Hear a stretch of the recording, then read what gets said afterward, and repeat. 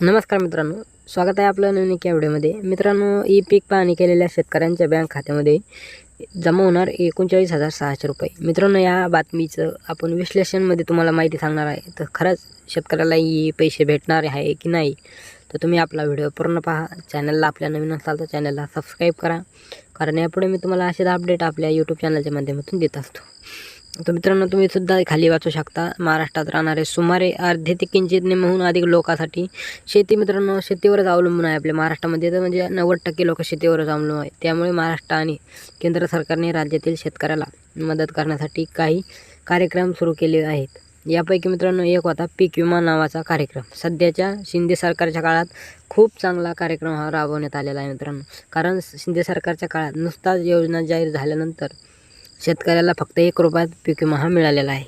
मित्रांनो, याचा अर्थ असा, महाराष्ट्र सरकार शेतकऱ्याला पैसे देणार आहे. मित्रांनो, 20 ऑक्टोबर 2023 पासून सरकार शेतकऱ्याला पीक विम्याच्या माध्यमातून मिळणाऱ्या 25% पैसे देईल.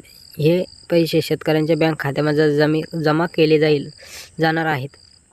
राज्यातील मित्रांनो कृषी विभागाचे प्रभारी सुनील चव्हाण यांनी याबाबत भरभरून चर्चा देखील केलेली आहे. मित्रांनो, या हंगामात राज्यातील अनेक शेतकऱ्यांनी पीक विमा हा काढलेला आहे, कारण त्यांच्यासाठी केवळ 1 रुपया लागत आहे. मित्रांनो, सरकारने या हंगामात 1,70,67,000 शेतकऱ्यांनी त्यांच्या पिकासाठी विमा खरेदी केल्याचं दाखविलेल्या आकडेवारीमध्ये कळत आहे. मित्रांनो, यावर्षी पुरेसा पाऊस न झाल्यामुळे आपल्या राज्यातील शेतकऱ्यांचे खूप हाल झालेले आहे. मित्रांनो, त्यांची बरीच पिके व काही शेतकऱ्यांचे प्राणी गमावलेले आहे.